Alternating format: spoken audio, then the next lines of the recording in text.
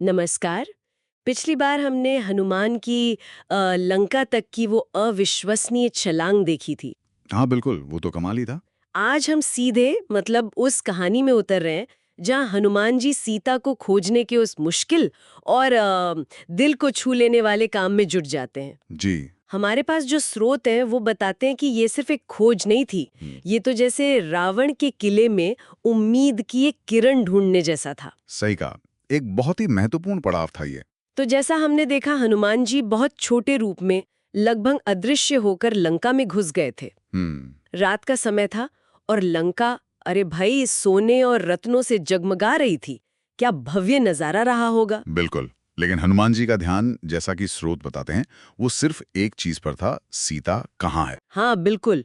उन्होंने रावण के महल का कोना कोना छान मारा, हर जगह देखा, यहाँ तक कि सोते हुए रावण को भी देख लिया। हाँ वो भी। पर सीता जी का मतलब कोई निशान नहीं मिला। हाँ।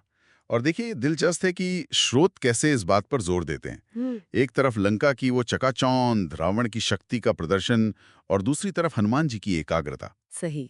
ऐसा लगता है जैसे बाहरी आडंबर वो सब उनकी सच्ची निष्ठा को जरा भी डिगा नहीं सका। हाँ। फिर भी जैसे जैसे वक्त बीत रहा था, जाहिर है निराशा तो बढ़ रही थी। हम्म। ये चिंता भी कि सीता जी जीवित भी हैं या नहीं। बिल्कुल, ये डर तो मन में आ ही गया होगा उनके। फिर उनकी खोज उन्हें ले गई अशोक वाटिका। एक बहुत बड़ा शाही बाग था वो। जी, अशोक वाटिका। और वहां राक्षसियों के पहरे के बीच एक पेड़ के नीचे, शिंजपा वृक्ष कहते हैं उसे, हाँ, शिशपा। वहां उन्हें एक स्त्री दिखाई दी।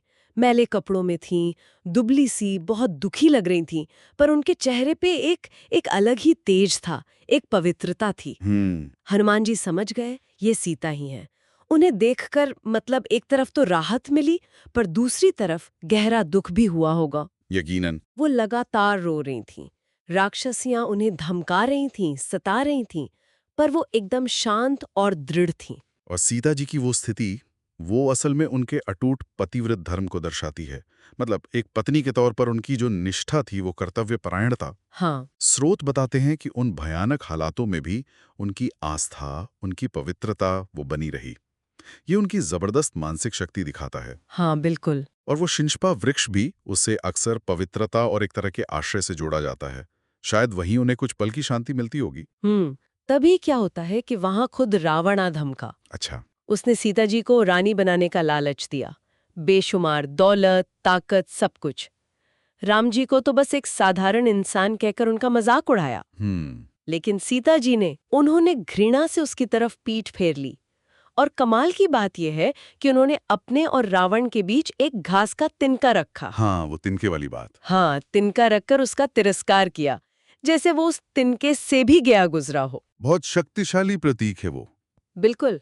उन्होंने राम जी की महिमा गाई, अपने अटूट पतिव्रत का संकल्प दोहराया और सीधे सीधे रावण के विनाश की भविष्यवाणी कर दी। जबरदस्त। ये दिखाता है कि सीता जी शारीरिक रूप से भले ही कैद में थीं, पर मानसिक और नैतिक रूप से वो पूरी तरह स्वतंत्र थीं। रावण से कहीं ज्यादा मजबूत। सही कहा। रावण तो गुस्से में मारने वाला था उन्हें, पर कहते हैं कि एक त्रिजटा नाम की एक राक्षसी थी।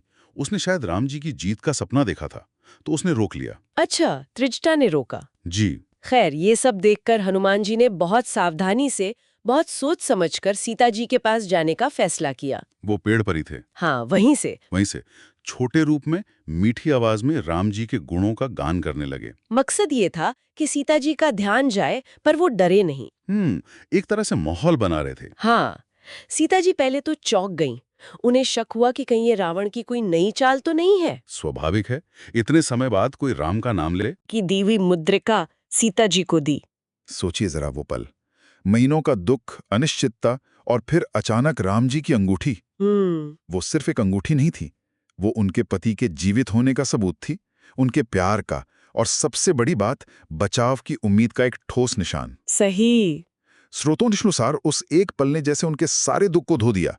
उनमें आशा, खुशी और गहरे प्रेम की एक लहर सी दौड़ गई। हाँ। और उन्होंने तुरंत उत्सुकता से राम जी और लक्ष्मण जी के बारे में पूछा, कैसे हैं, कहाँ हैं। हनुमान जी ने उन्हें तसल्ली दी कि दोनों भाई ठीक हैं और उन्हें छुड़ाने जरूर आएंगे।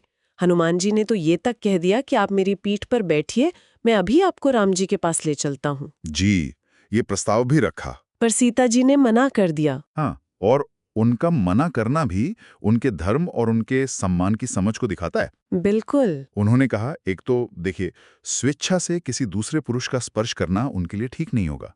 हम्म। वो पतिव्रत धर्म का एक और पहलू था। और दूसरा, जो शायद ज्यादा महत्वपूर्ण था, वो चाहती थीं कि राम जी स्वयं रावण को युद्ध में हराएं और फिर उन्हें ले जाएं, अच्छा। ताकि राम जी के शौर्य और सम्मान पर कोई आंच ना आए। ये सिर्फ बचाव का सवाल नहीं था, ये न्याय और प्रतिष्ठा का भी सवाल था। बिल्कुल सही समझा आपने।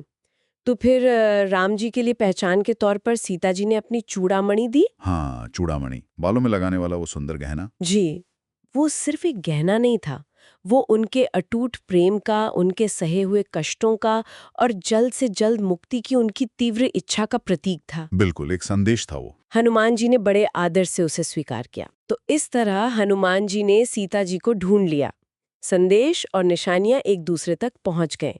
मिशन का एक बहुत बड़ा, बहुत अहम हिस्सा पूरा हो गया। हाँ, और इस मुलाकात का, इन निशानियों के आदान प्रदान का महत्व बहुत गहरा है। ये सीता जी के जीवित होने का पक्का सबूत था। इसने राम जी और पूरी वानर सेना में एक नई जान डाल दी होगी। यकीनन। ये सीता जो की निष्ठा की पुष्टि थी, और इसने मतलब आगे होने वाले युद्ध की नींव रखती। सही बात है। सीता जी की खोज पूरी हुई, संदेश मिल गया। अब सवाल ये उठता है कि हनुमान जी का अगला कदम क्या होगा? हाँ, क्या वो बस चुपचाप लौट जाएंगे, या फिर जैसा कि कुछ स्रोत इशारा करते हैं, वो लंका की ताकत का कुछ अंदाजा लगाने और राक्षसों के राजा को एक चेतावनी देने के लिए कुछ और करेंगे? हाँ, ये सोचने वाली बात है। ये हमें सीधे आने वाले टकराव की तरफ ले जाती है। क्या होगा आगे?